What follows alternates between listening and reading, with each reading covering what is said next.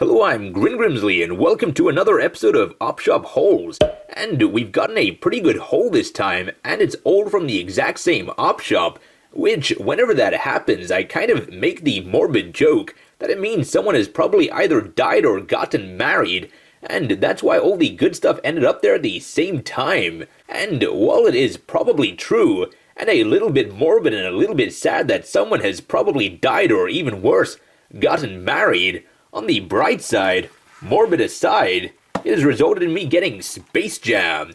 Space Jam is of course one of the greatest science fiction movies ever made.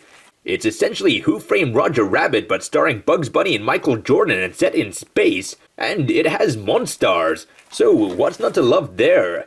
The only downside of this one is it doesn't have any special features whatsoever, which I think is definitely a shame. I mean, this is an animated live-action movie, and it's some of the greatest animation that's ever been done.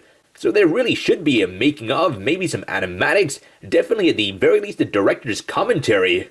But regardless of knowing that it didn't have any of those at all when I picked it up, I still decided to get it anyway. You see, our current copy of Space Jam was filmed off of the television, probably somewhere between 15 and 20 years ago. So, even though this doesn't really come with the special features it should have, I mean, don't release a DVD without at least the director's commentary, it's just cheap. At the very least, I look forward to watching the movie again, and in HD quality for once. But then moving straight along, and still in the realm of comedy, I picked up The Office Christmas Specials. It is the British Office, there are several Christmas specials, and actually some special features. And so I consider that to be pretty much an all-round good find. I mean, to be honest, I only really picked it up because it's kind of an ongoing joke here in the Channel Grim Grin Studios that we have so many Christmas specials, and tradition is tradition, so if I see a random Christmas special that we don't have, you bet I'm going to pick it up and add it to it. And then moving away from comedy, I picked up Mad Max 2. This one's a bit of a weird one. We do actually already have Mad Max 1 and 2 on a double disc set, but for some reason it's not in the PAL setting, which is really weird. I mean, I did buy it in Australia, and the fact that it's one of the most quintessential Australian films ever sold in Australia, but was NTSC and not even marked as such, it's just strange. But either way, it's good to finally have it in PAL, if nothing else for the fact that I can watch it in more than one DVD player that we have here. And on top of that, it has a bunch of special features, including interactive menus, not a special feature, scene selection, not a special feature, languages, not a special feature, and subtitles, also not a special feature. I mean, really, Warner Brothers, everything you just listed there are just the bare basics of a DVD. Don't call it special if it's just features. And then moving slightly into the superhero genre and the horror genre, I picked up Blade. I have seen this film, but not in quite a while, and we didn't own it. And having just recently learned that they're making a new one, when I saw it on the shelf I figured it was about time to revisit the old one. There's not really much I have to say about it. I look forward to some more vampire action, and I look forward to the special features which, though most of them are once again the bare basics, it does at the very least have the biographies, interviews, and extra footage. So, you know, better than nothing. Or more accurately, better than what Warner Brothers gave us. And then remaining in the horror genre but losing the superhero aspect of it, I also got this 5 thriller collection, including A Kiss Before Dying 2 Minutes Warning, 7 S's, Forever Mine, and The Trigger Effect. I've never heard of any of these movies. Some of them look like they're made by directors that have a name for themselves, and some of them look like they're made by nobodies. Either way, it's always good to pick up a collection like this because you never know what you're going to find. Sometimes it's terrible, but sometimes you find true gems in there. So that's me basically set for Halloween. Or if I wasn't already set for Halloween, then I'm definitely helped along by the next one, Stephen King's Dead Zone, which is a David Cronenberg, and starring Christopher Walken, Martin Sheen, Tom Skerritt, Brooke Adams, and Colin Dewhurst. It's in widescreen, so that's nice, and it has no special features. But it doesn't really need them because it's a Cronenberg movie I've not seen, written by Stephen King and starring Christopher Walken. So what more can you ask for? Apparently at some point someone paid $9.95 for this one, but I got it for $1, so I guess I win that one. I really love the title font there. It just looks awesome. And then still in the area of horror movies I'm surprised we don't already own, I got The Last Man on Earth starring Vincent Price. This is a really cool find because usually if you want old movies like this in Australia, you pretty much have to order them from Korea. So I was pretty glad to find this one on the shelves here. It's just a generally pretty good movie, and it even has some legitimate special features including a film analysis, a biography, a filmography, and another biography. And then the boring stuff that old DVDs should have, including chapter list, interactive menus, and the aspect ratio. So, a great find. I've not heard of the Silver Screams collection there, but I think I'm gonna have to look for more of them in this publishing. And then one final one in the horror genre, I got The Doorway to Hell.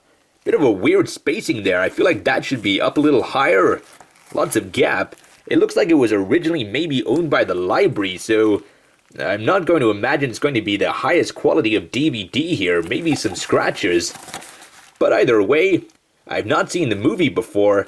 It sounds vaguely interesting, and at a 50-cent buy, you really can't lose out on it. So I look forward to checking that out as a midnight movie, maybe when I'm having a bit of a double feature. And then moving on to documentaries, or at least semi-documentaries, I picked up the 300 Spartans, which is sort of a semi-documentary on the Battle of Thermopylae, which has of course once again been made into a movie in the film 300. This one is the slightly more accurate version. I have seen it once, but not in a pretty long time. If I remember correctly, the film is actually filmed at the location of Thermopylae in Greece, which is kind of laughable because erosion has completely changed the layout of the area and is not exactly a narrow pass anymore. But at the very least you can see that the Spartans there are clad in their proper hoplite armor rather than in their undies. So I look forward to it.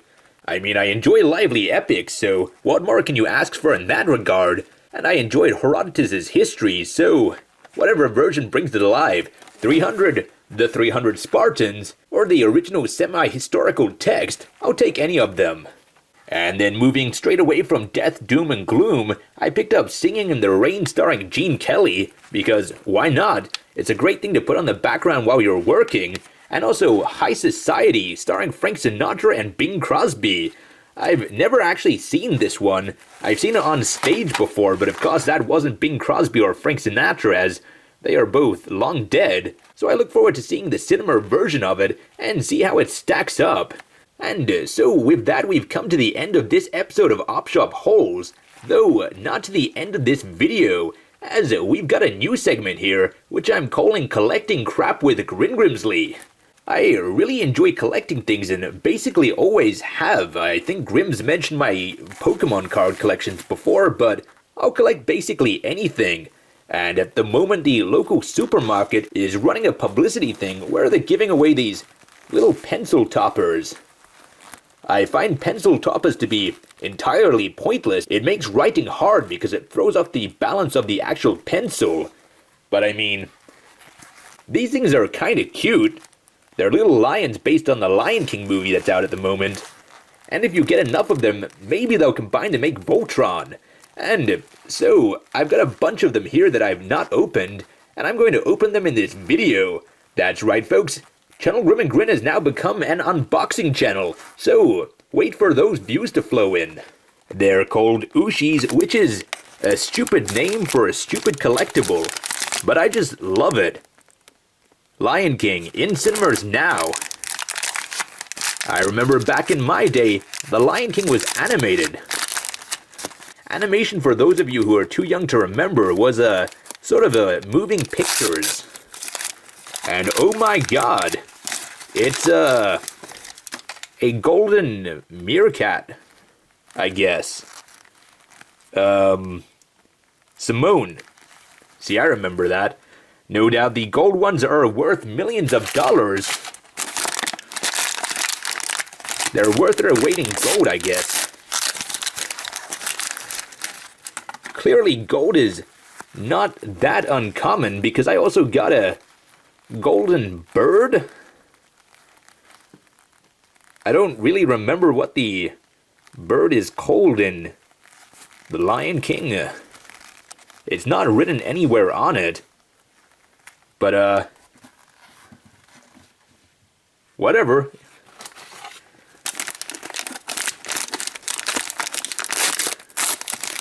Oh, I think all of the ones I'm gonna get are gold here. So at least it's gonna be a continued theme. Oh, it's Pumbaa. There we go. Simone and Pumbaa. Simone is a little bit taller than Pumbaa. Are you aching for some bacon? He's a big pig. You can be a big pig too. If I get enough of these, maybe I can reenact an entire golden Lion King episode. The entire movie with small golden figurines. It's what the internet's been crying out for. Some ASMR there on the packaging. Close your eyes and you can pretend you're in the cinema with someone who's too noisy sitting next to you. It feels like I'm just right back there in the cinema. And that guy just can't get his chips open. Ooh, continuing the golden theme. We've got a golden Mufasa, I guess. That's my second one. Oh wait, no. That's got to be Simba grown up, and that must be Scar. It's either Scar or the painting's messed up. I mean, he's got more hair than I remember Scar having. But on the other hand, I've not seen the live-action movie, so I'm gonna guess Simba and Scar.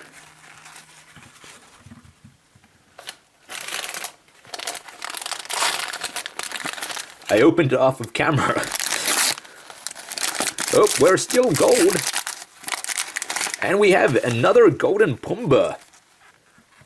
Which means we can now eat one, enjoy the bacon, and have the other one still left over for afterwards. So that's always nice. This one's looks a little off on the back there. That's gonna damage the resale value on eBay. What a damn shame. I have actually seen some of these. I've got this orange one here, which I opened the other day. And apparently it went on eBay for $4,000, so stick that up on the screen there, Grim. Which I just think is hilarious. I mean, I'm not gonna sell it because to me, it's worth more than $4,000 to know that someone who would pay $4,000 for this can have it. I'm gonna stick it on the aerial of my TV or something as decoration.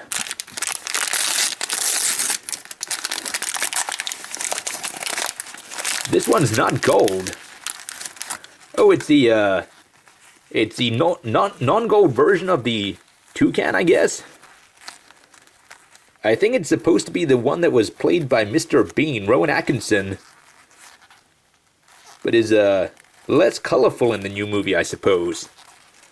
Now played by that TV host, the English one. You know the one. We are running out of these now, so I hope you're enjoying this. Oh. Oh no. That looks like not the right coloring there. It looks rather than Simone, this one looks more like the naked mole rat from Kim Possible. Should have made that one a little bit more brown, I think. Looks a bit... I hope that doesn't get us demonetized for nudity.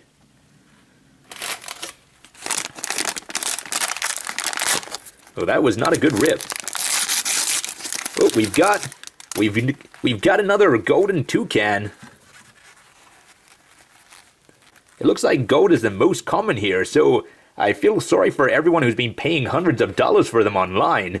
But on the other hand, don't pay hundreds of dollars for small rubber figurines that are meant to stick on pencils and are aimed at children. It's not a good investment.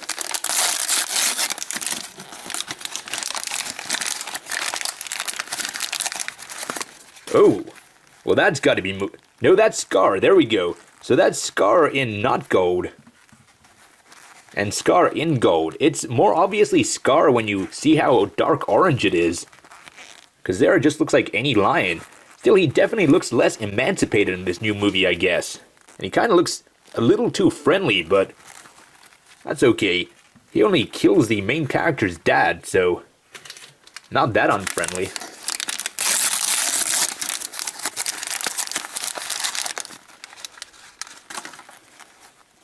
And, baby either Simba or Narla?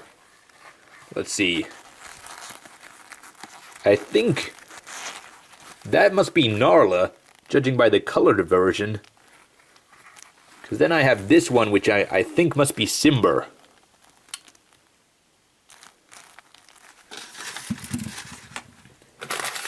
And then the lucky last one. Oh dear me.